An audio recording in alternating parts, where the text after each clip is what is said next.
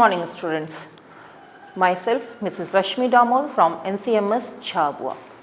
I am the teacher of science of class 3rd. Today we will see our chapter number 5, that is human body. In this chapter we will see what is the body made up of: organ system, exercise and rest, and the last is posture. Human body, आपने human body के बारे में सुना है, देखा है, पढ़ा भी है, मालूम है आपको ह्यूमन बॉडी में क्या क्या होता है, eyes, nose, ears, hands, legs, like this. But आज हम ह्यूमन बॉडी के बारे में बाहर जो हमको दिखता है उसके बारे में हम नहीं पढ़ेंगे. आज हम पढ़ेंगे उसके ह्यूमन बॉडी के अंदर कौन कौन से हमारे ऑर्गन्स हैं और वो ऑर्गन्स कैसे काम करते हैं. तो firstly we will start what is the body made up of. सबसे पहले हम ये देखेंगे कि what is the body made up of, किससे बॉडी हमारी बनी हुई है. Our body is made up of very small parts called cells. Our body grows from a single cell. Cells multiply and give rise to many cells which build up the body. Hence cells are the building blocks of the living body. हमारी body बेटा एक बहुत छोटी सी चीज़ से बनी है जिसको कि हम बोलते हैं सेल्स. इसको हम कहते हैं सेल. और ये छोटे छोटे सेल्स क्या है, ये सब आपस में जुड़ जाते हैं और जुड़ करके एक बड़ा पार्ट बनाते हैं और यही पार्ट बन करके एक ऑर्गन बनता है और यही ऑर्गन्स मिल करके बॉडी बनाते हैं. आगे हम देखें ऑर्गन सिस्टम. अब हम देखेंगे कि ऑर्गन सिस्टम क्या है. Human body is made up of many organs और a group of organs work together to form an organ system. Every organ system in the body carries out a particular functions to keep the body fit and healthy. Human body are made up of many organs.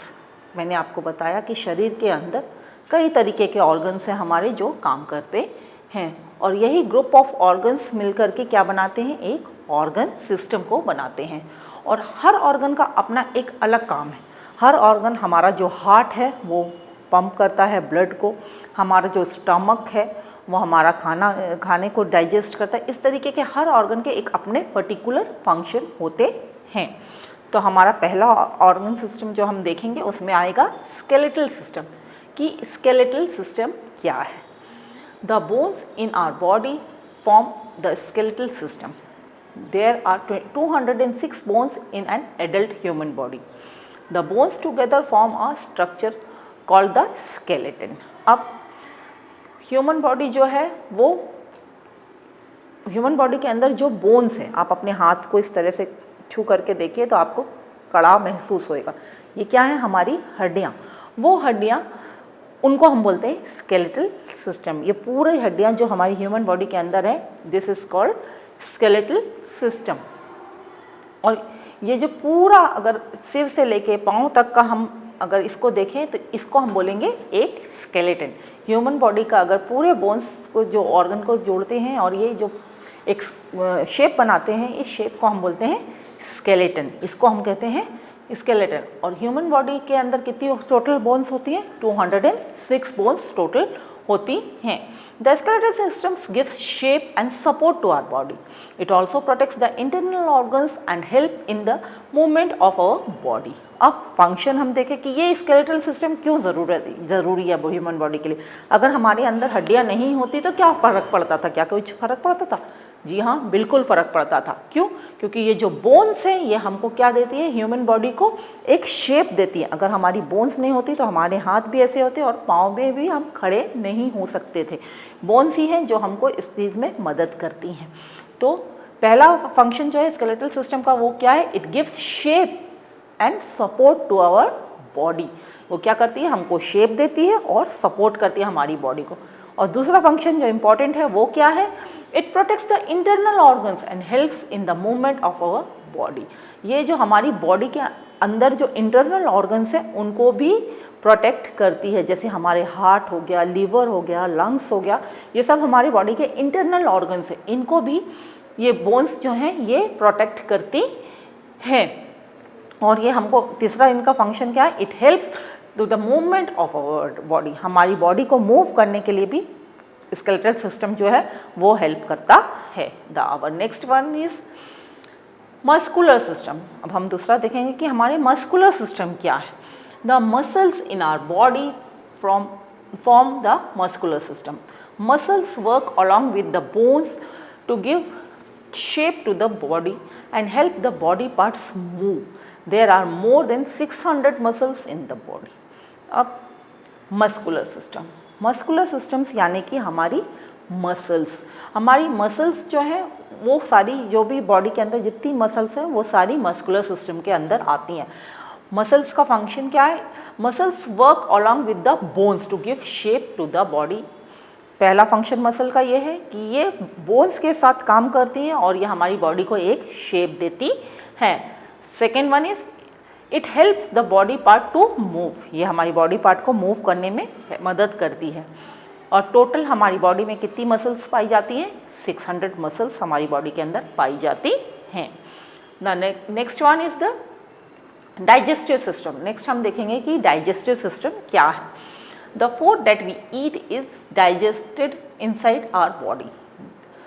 Digestion is a process of breaking food into simple substance that can be used by our body. The organs that help in digestion form the digestive system. अब digestive system, the food that we eat is digested inside our body. वो खाना जो हम खाते हैं वो हमारे पेट में, हमारी बॉडी के अंदर जा कर के क्या होता है? डाइजेस्ट होता है। डाइजेस्ट यानी कि पचना, खाना हमारा बॉडी के अंदर पचता है। Digestion is a process of breaking food into simple substance that can be used by our body. और डाइजेशन वो प्रोसेस है, डाइजेशन यानी खाना पचाने की जो प्रोसेस है वो प्रोसेस है जिसमें कि जो फूड हम खाए हैं वो सिंपल सब्सटेंसेस में और बारीक पिस जाता है, और वो इतना बारीक हो जाता है कि उसको हमारी बॉडी आसानी से यूज़ कर लेती है, या सक करके उसको बॉडी आराम से यूज़ कर लेती है। The organs that helps in digestion from the digestive system, और वो ऑर्गन्स जो डाइजेशन में हमारी बॉडी में मदद करते हैं उन पूरे ऑर्गन्स को मिला करके हम क्या बोलते हैं? Digestive system. The food in the mouth enters the stomach through the food pipe. The stomach holds the food and breaks it down so that our body can use it to get energy. अब हमने खाना खाया, खाना हमने मुंह से खाया, मुंह से खाने के बाद खाना कहाँ गया? आप ये सब छू करके अगर गले में महसूस करें तो आपको एक पाइप जैसी चीज़ महसूस होती है। इस पाइप को बोलते हैं हम फूड पाइप। तो खाना हमने मुंह से खाया और इस फूड पाइप के थ्रू खाना क्या किया? हमारे स्टमक तक चला गया। और स्टमक में क्या होता है? The stomach holds the food and breaks it down so that our body can use it to get energy. Stomach में क्या होता है? स्टमक में क्या होता है? खाना जो है वो और छोटे पार्टों में टूट जाता है और ज़्यादा महीन खाना पिस जाता है, और इससे क्या होता है? जो बॉडी जो है वो इस खाने को यूज़ करती है और हमारी बॉडी, हमारे शरीर को क्या देती है? एनर्जी देती है। The intestine digest the food further, और स्टमक के बाद खाना हमारे इंटेस्टाइन में जाता है और फिर वहाँ पर जाकर के बचा हुआ जो खाना है वो और डाइजेस्ट हो जाता है। The remaining undigested part is removed from our body through the anus. और जब इंटेस्टाइन में जो बचा हुआ खाना डाइजेस्ट होने के बाद जो रिमेनिंग पार्ट है, जो अनडाइजेस्टेड है, जो डाइजेस्ट बॉडी ने नहीं किया, जिन चीज़ों को जो वेस्ट है हमारा, वो एनस के थ्रू बाहर निकल जाता है। तो ये हमारा डाइजेस्टिव सिस्टम हो गया। अब हम आगे देखेंगे रेस्पिरेटरी सिस्टम की। हम रेस्पिरेटरी सिस्टम किसको बोलते हैं? The nose, the wind pipe and the lungs make up the respiratory system. Respiratory system मतलब हमारी सांस जो हम लेते हैं और छोड़ते हैं, ये जो सिस्टम है, ये जो हमारी बॉडी से कैसे हम सांस लेते हैं और वो हमारी सांस कहाँ जाती है और कहाँ से हम दूसरी सांस ला करके छोड़ते हैं, वो ये पूरे जो ऑर्गन्स है कौन कौन से काम करते हैं, ये सारे कुछ आ जाता है रेस्पिरेटरी सिस्टम के अंदर। तो अब रेस्पिरेटरी सिस्टम में कौन कौन सी चीज़ होती है? The nose, the wind pipe and the lungs make up the respiratory system. ये तीन चीज़ मिल करके रेस्पिरेटरी सिस्टम बनाती है, नोज, विंड पाइप और lungs. The respiratory systems helps us to breathe. और रेस्पिरेटरी सिस्टम हमको क्या किस चीज़ में मदद करता है? ब्रीथ करने में, सांस लेने में मदद करता है।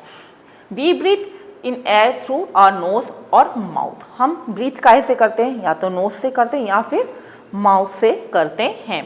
The air then goes down through the wind pipe and reaches the lungs. और फिर क्या होता है, जो हमने सांस लिया वो सांस अंदर जाती है किसके थ्रू, विंड पाइप के थ्रू, और कहाँ तक जाती है, वो हमारे लंग्स तक चली जाती है।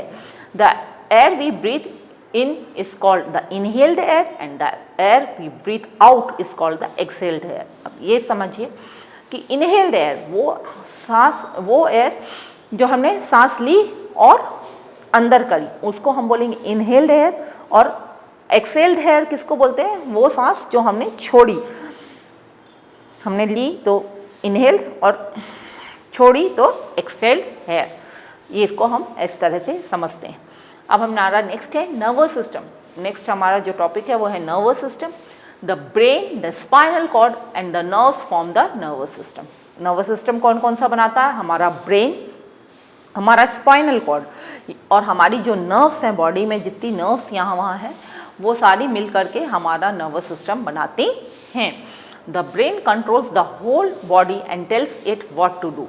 और जो हमारा ब्रेन है वो क्या करता है, वो पूरी बॉडी को कंट्रोल करके रखता है कि क्या करना है क्या नहीं करना है, ये गर्म है ये ठंडा है, यहाँ अंधेरा है, ये सब चीज़ हमारे को कौन बताता है, ब्रेन। ये पूरी बॉडी को वो कंट्रोल करता है। और ये कंट्रोल करने के बाद हमारी बॉडी तक ये मैसेज कौन पहुँचाता है, the spinal cord starts from the brain and connects all the nerves in the body to the brain and passes it through the bones, muscles and other body parts. They also carry messages back to the brain. अब जो spinal cord है जो कि brain से connected है, उसके through क्या है, हमारी जो नर्व्स हैं जो पूरी बॉडी में फैली हुई हैं, ये क्या करती हैं, ब्रेन का जो भी मैसेज रहता है ये पूरी बॉडी में यही पहुंचाती हैं। Then our next one is the circulatory system. इसके बाद हम देखेंगे कि सर्कुलेटरी सिस्टम किसको बोलते हैं। The heart, the blood and the blood vessels form the circulatory system. Circulatory system कौन कौन सा बनाते हैं, हार्ट, ब्लड और ब्लड वेसल्स, ये तीनों चीज़ मिल करके हमारा सर्कुलेटरी सिस्टम बनाते हैं। The heart pumps blood to all parts of the body which carried by thin tubes called the blood vessels.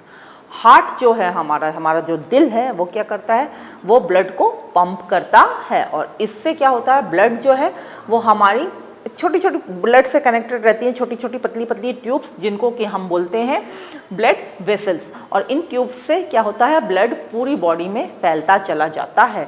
The blood carries nutrients and gases like oxygen and carbon dioxide. और इसी blood में हमारे कुछ nutrients, हमारी body के में जो nutrients हैं वो पाए जाते हैं।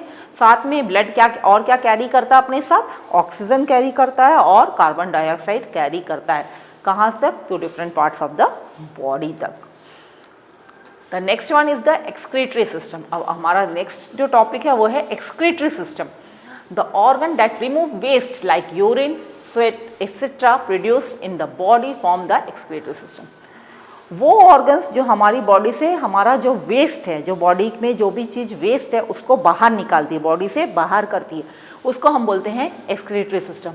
और किस तरह से हमारी बॉडी में वेस्ट बाहर निकलता है, यूरिन, आपको पता है यूरिन, और स्वेट यानी कि पसीना, ये दोनों तरह से हमारे बॉडी से जो वेस्ट है वो बाहर निकलता है। The kidney removes waste from the blood and form urine. और जो किडनी है, हमारी जो किडनीज हैं वो क्या वर्क करती हैं, वो जो हमारे ब्लड में जितना भी वेस्ट है उसको अलग करती है और क्या फॉर्म करता है, उससे यूरिन फॉर्म होता है और यूरिन हमारा बॉडी से बाहर हो जाता है। The urine is stored in the urinary bladder. और जो यूरिन है वो कहाँ स्टोर होता है, यूरिनरी ब्लैडर में स्टोर होता है। And comes out through the urethra. और बाहर काय से निकलता है, यूरेट्रा से बाहर निकलता है। The skin remove sweat and the lungs gives out carbon dioxide. और हमारी स्किन से क्या निकलता है, स्वेट निकलता है यानी कि पसीना निकलता है, और जो लंग्स है वो क्या बाहर करता है, कार्बन डाइऑक्साइड बाहर करता है। See here in this picture, this are the kidneys, it filters the blood and this one is the urinary bladder. इधर पर यूरिन इकट्ठा होता है और यूरेट्रा के थ्रू ये बाहर चला जाता है। Then our next topic is the reproductive system. Reproductive system क्या है, the reproductive system helps to produce babies और यंग वंस। आपको मैंने पिछले दो चैप्टर्स में भी बताया था, हमने प्लांट्स रिप्रोडक्शन भी देखा था, एनिमल्स रिप्रोडक्शन भी देखा था। तो रिप्रोडक्टिव सिस्टम क्या है? वो सिस्टम जिसमें कि हम अपने बच्चे पैदा करते हैं, उनमें रिप्रोडक्टिव सिस्टम आता है। Then the next topic of our lesson is exercise and rest. Exercise और रेस्ट क्या है? We should exercise regularly as it keeps our body fit and healthy. हमको रेगुलर एक्सरसाइज करते रहना चाहिए। क्यों? क्योंकि ये हमारी बॉडी को कैसे रखता है? It keeps our body fit and healthy. Yoga, jogging and playing are different forms of exercise. और एक्सरसाइज कई तरह की हो सकती हैं। ये नहीं कि आपको खड़े होकर सिर्फ पीटी ही करना है, ऐसा नहीं। योगा आप कर सकते हैं, योगा भी एक तरह का एक्सरसाइज है। जॉगिंग मीन्स आपको थोड़ा रनिंग जॉगिंग भी कर सकते हैं, या फिर कुछ खेल भी सकते हैं। Playing is also a different form of exercise. We feel tired after a day's hard work or after playing games. It is important to take rest and relax our body.